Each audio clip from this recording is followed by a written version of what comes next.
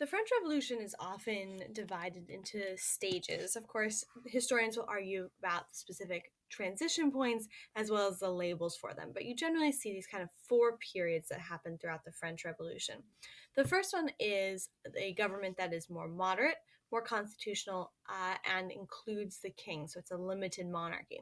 The second one would be the more famous and probably more memorable one of the Reign of Terror, where it's a radical period of republicanism, predominantly led by Robespierre. So you have all those R's to help you remember that. And then the third one is the moderate reaction, also known as the Thermidorian reaction, which kind of sets up the stage for Napoleon to take over. This video will look at the moderate constitutional stage and the events that happen in it. The moderate constitutional stage basically begins with the Tennis Court Oath, which was taken on June 20th, 1789, when the king locked the National Assembly out of the out of the Estates General. The National Assembly is predominantly third estate members, but it also includes a third of the first estate delegates, many of whom would have been elected as parish priests and therefore commoners by origin, as well as several liberal-minded second estate members as well. At this tennis court oath, they promise to be committed to one another until they make a constitution that France can run according to.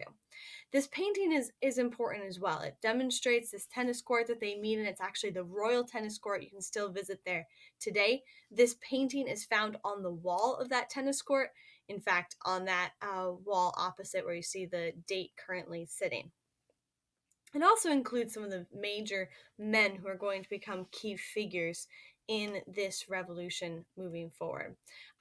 First off, the man that is kind of behind this painting is a man, Jacques-Louis David, and he is the painter, the neoclassical painter of the revolution. And he paints this as a mural in this room to commemorate the event that happens here. Furthermore, right there in the middle, you have the mayor of Paris. His name is Bailly. He's the one leading and reading out this oath that people are taking. Below him is an important figure, Emmanuel Sieyès, who had published a pamphlet known as What is the Third Estate? That's the title of it.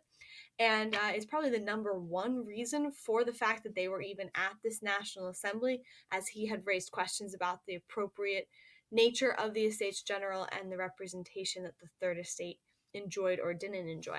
Next to Sieyès, you see Maximilien Robespierre, who is given predominant place not because of his importance at that time, but because of his importance when this painting was made and the fact that he's paying David to paint this picture. But there he is, kind of taking in the moment as he swears allegiance. There's one man in the corner who is not swearing allegiance. He is a revolutionary. His name is Joseph Martin d'Anche, but he is also a deputy of the king, and so is unable to swear an oath there, almost standing there like with his arms around himself. And some have interpreted this to mean a recognition of freedom of conscience even in the beginnings of this revolution. But it also does show that there was dissent and difference among them.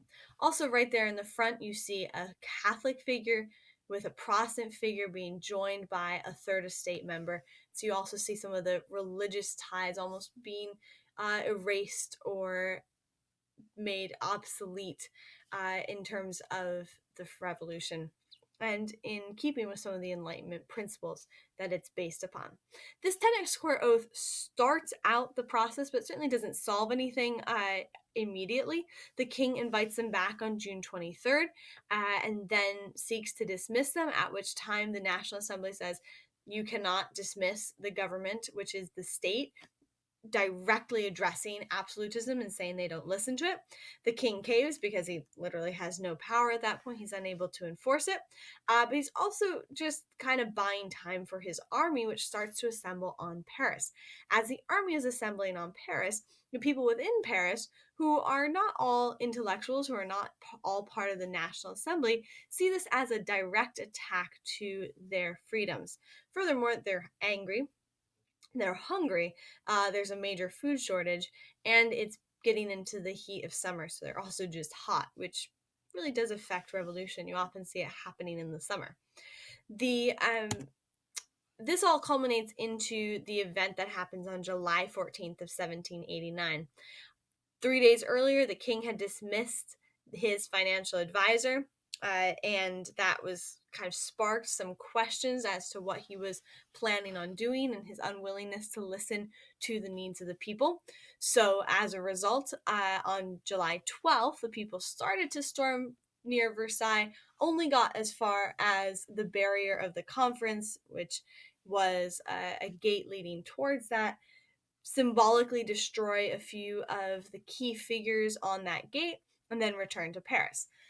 They're still angry and with fewer answers, and the army is still gathering by July 14th, so they decide to take a more radical step, and they storm this fortress prison, which is known as the Bastille.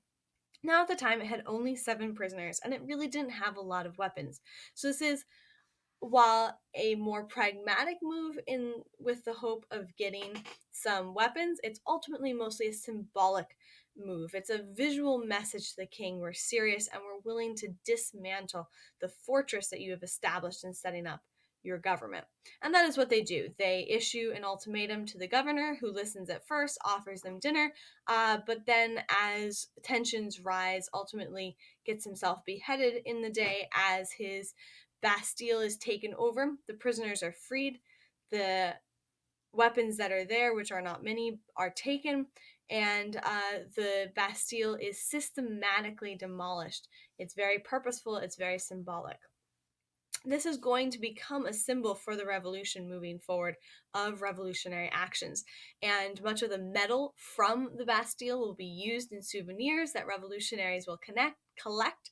An artist known as Polloy makes models of this fortress in order to establish a kind of permanent message of what they had done on that day. So the Bastille is the first active and violent move of the revolution.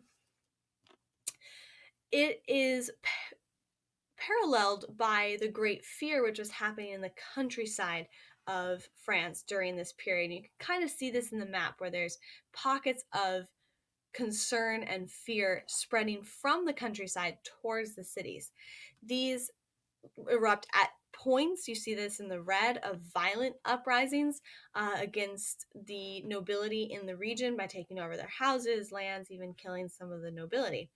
But it ultimately leads to an August 4th declaration by the National Assembly, as they seek to establish order in France, that gives away land from the nobility and the clergy, at the nobility and clergy's permission, to the commoners. But it still says they have to pay their taxes, whatever they've owed in the past. So no new taxes, you still have to pay the old. So it doesn't solve everything, but it does put them in a forward direction.